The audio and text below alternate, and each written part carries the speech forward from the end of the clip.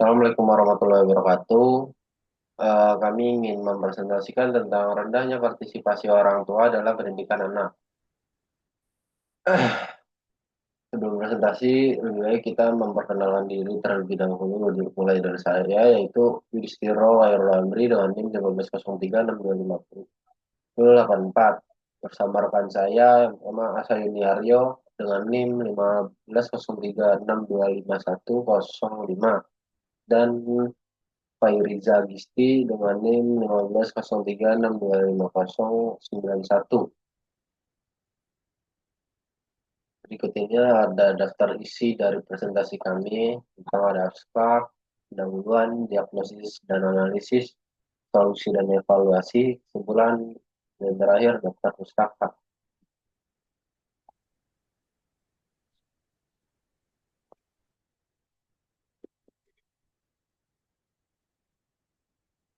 Yang pertama ada abstrak. Makalah ini menganalisis masalah rendahnya partisipasi orang tua dalam pendidikan anak di Indonesia yang berkontribusi pada kesenjangan prestasi siswa dan masalah perilaku dengan menggunakan landasan sosiologi dan psikologis. Analisis menunjukkan bahwa faktor kemiskinan, budaya, dan kurangnya motivasi memainkan peran kunci sebagai solusi dirancang program intervensi keluarga edukasi bersama atau KEB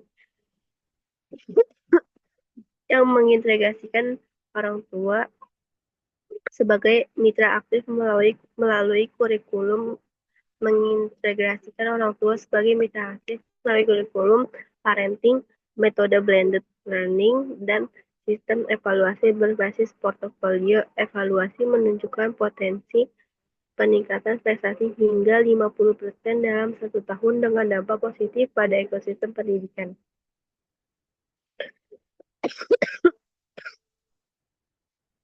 Selanjutnya ada pendahuluan. Pendidikan anak di Indonesia menghadapi tantangan besar berupa rendahnya partisipasi orang tua dalam proses pendidikan yang termanifestasi dalam minimnya keterlibatan di kegiatan sekolah, memantau tugas, atau diskusi pendidikan di rumah. Kondisi ini secara langsung berkontribusi pada rendahnya motivasi siswa, kesenjangan prestasi akademik, dan peningkatan masalah perilaku remaja dengan partisipasi orang tua di Indonesia hanya mencapai 30-40% di tingkat sekolah dasar menurut UNESCO 2021, jauh di bawah negara tetangga. Masalah ini menjadi krusial karena keluarga adalah fondasi utama pendidikan. Tanpa dukungan orang tua, kesenjangan sosial dan ekonomi semakin memburuk. Oleh karena itu, makalah ini ditunjukkan untuk mendiagnosis akar masalah menggunakan landasan pendidikan, merancang program intervensi inovatif sebagai solusi, dan mengevaluasi potensinya untuk memberikan kontribusi nyata bagi kebijakan pendidikan di Indonesia.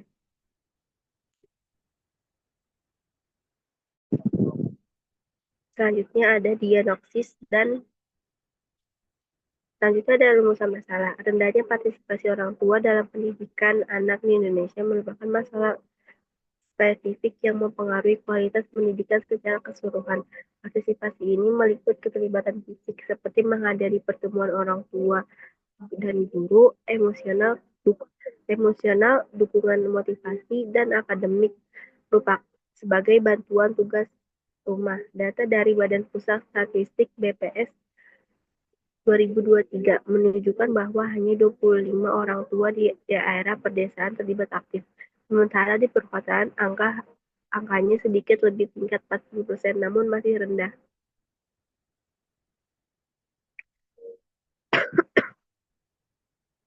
Selanjutnya ada analisis dengan landasan pendidikan.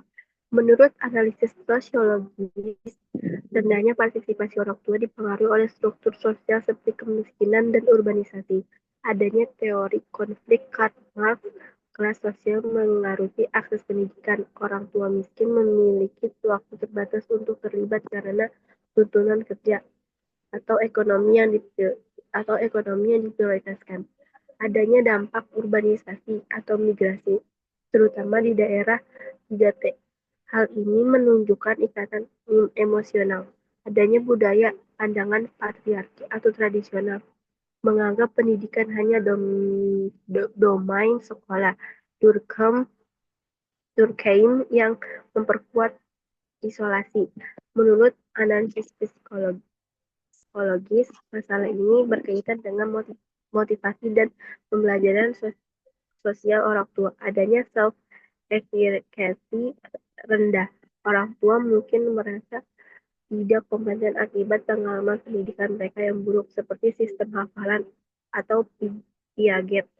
Adanya teori pembelajaran sosial Bandura, kurangnya model positif membuat orang tua cenderung menghindari keterlibatan karena rendahnya self-efficacy. Adanya faktor emosional, stres, kerjaan, atau kurang dukungan psikologis mengurangi motivasi orang tua atau Maslow yang berdampak negatif pada perkembangan kognitif anak, misalnya rendahnya kemampuan berpikir kritis.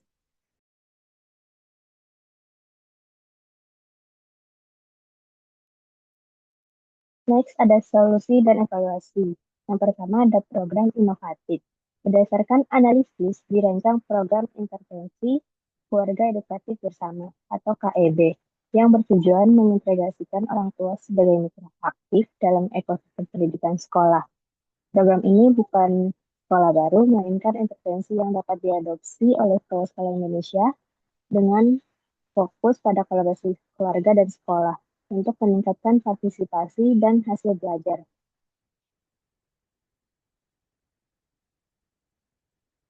Lalu ada nama dan visi misi.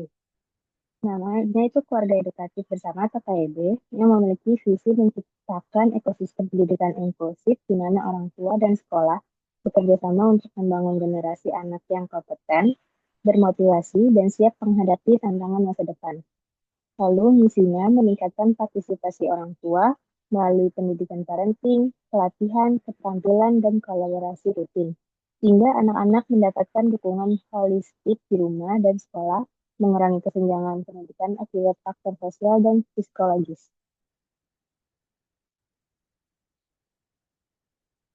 Lalu ada kurikulum inti. Kurikulum fokus pada pengembangan keterampilan parenting dan pendidikan keluarga dengan model-model seperti yang pertama, komunikasi efektif antara orang tua dan anak untuk membangun hubungan emosional.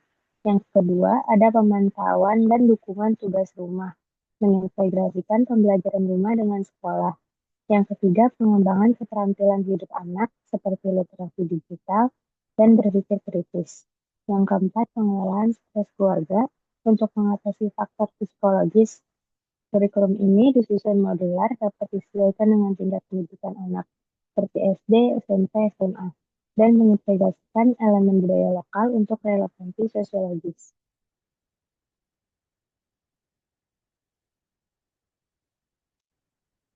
Lalu ada metode pembelajaran, menggunakan blended learning yang menggabungkan sesi tatap muka atau workshop bulanan di sekolah dengan platform digital atau aplikasi atau grup WhatsApp untuk diskusi harian.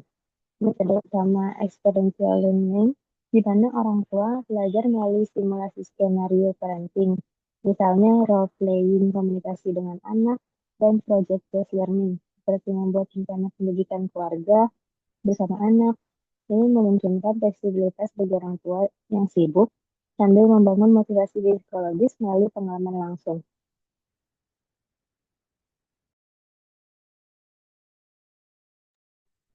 Selanjutnya, peran guru dan siswa. Guru berperan sebagai fasilitator dan mentor, bukan hanya sekedar pengajar mereka, melatih orang tua melalui workshop, memberikan feedback personal, dan memfasilitasi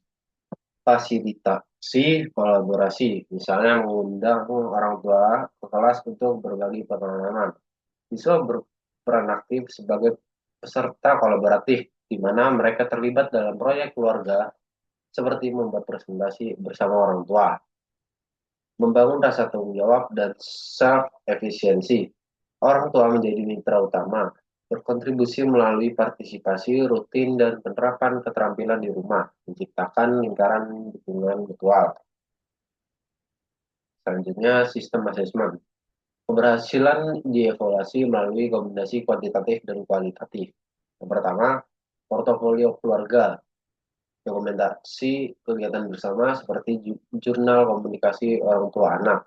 Yang kedua, survei partisipasi, pre dan post program untuk mengukur peningkatan keterlibatan, misalnya frekuensi diskusi pendidikan di rumah. Yang ketiga, proyek kolaboratif, penilaian proyek bersama orang tua siswa sama seperti kampanye literasi keluarga. Yang keempat, feedback loop, sesi refleksi bulanan untuk menyesuaikan program, evaluasi tahunan menggunakan data sekolah, misalnya peningkatan nilai siswa atau penurunan absensi, untuk mengukur dampak jangka panjang dengan target partisipasi orang tua naik 50% dalam 1 tahun.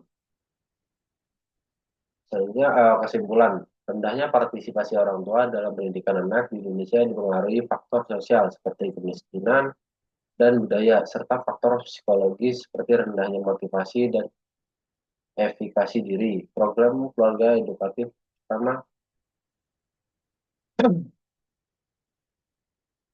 keluarga edukatif bersama atau KEB menjadi solusi